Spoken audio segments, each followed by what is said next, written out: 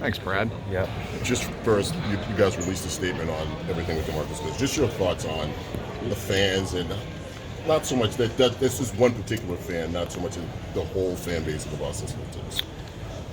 Well, I think, like you said, this is one particular fan. I heard that night that something had been said, and I knew that everybody in charge here was taking it really seriously. I had not heard the results of that investigation or the decision until last night when it became public news, and then talked a little bit more to our people with the Celtics this morning. Listen, it's disappointing anytime there's a negative fan interaction. Most of fan interaction that I've been a part of is what I would say is 99% of it's, just good-natured ribbing back and forth. But there's no doubt that this isn't the first time that a fan has crossed the line. And it's not the only time this year, obviously, in the NBA. And those are disappointing things. And so hopefully it's a reminder for everybody here and everywhere else. Cheer for your team, cheer loudly, enjoy it, and hopefully appreciate the guys on both sides. Brad, it's a special evening tonight. What are your thoughts on the Celtics honoring Andrew Smith Yeah, as a hero among us? that means a lot to me. But Dave Hoffman has led the charge with that with the Celtics.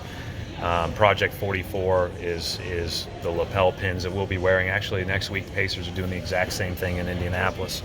That was established to honor Andrew Smith, who played for us at Butler, and really to increase awareness for the National Bone Marrow Registry.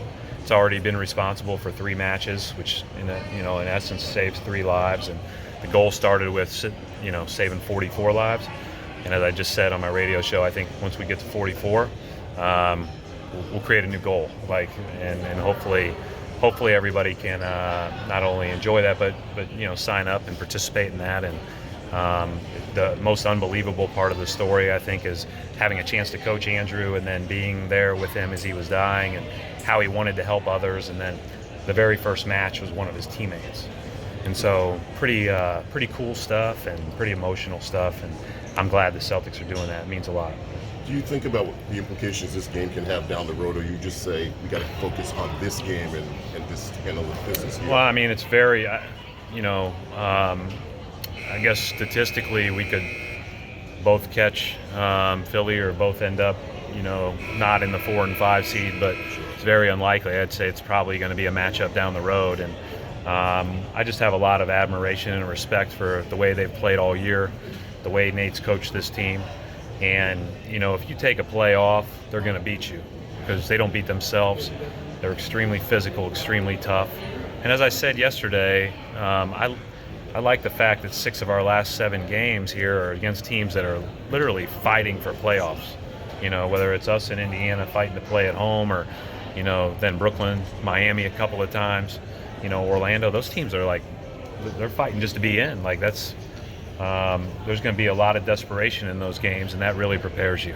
Right, they've struggled a little bit on the road here of late, but overall, without Victor Oladipo, the job they've done in terms of picking up the pieces. Everybody struggles when they play Portland, Golden State, Clippers on the road. I mean, True. That's just part of it. Oklahoma City. So, there are stretches in the NBA that are really, really difficult that you just try to get through, and they've done a great job. And it's like last year here. I mean, you feel so bad for Victor. You felt so bad for Gordon and Kyrie. But then, there comes a point where you have to move on and, everybody has to do their jobs as well and as hard as they can and maybe just pick up for each other a little bit more. And these guys have done an incredible job. And I think Nate, I said this before, we played Doc and is on a small list for, Coach of the Year.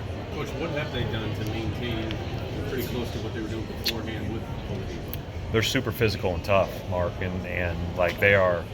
And you say that, you see that in spots with teams. You see it every possession with them. They don't take possessions off. They don't waste possessions. They are a basketball team. And I mean that as the highest compliment.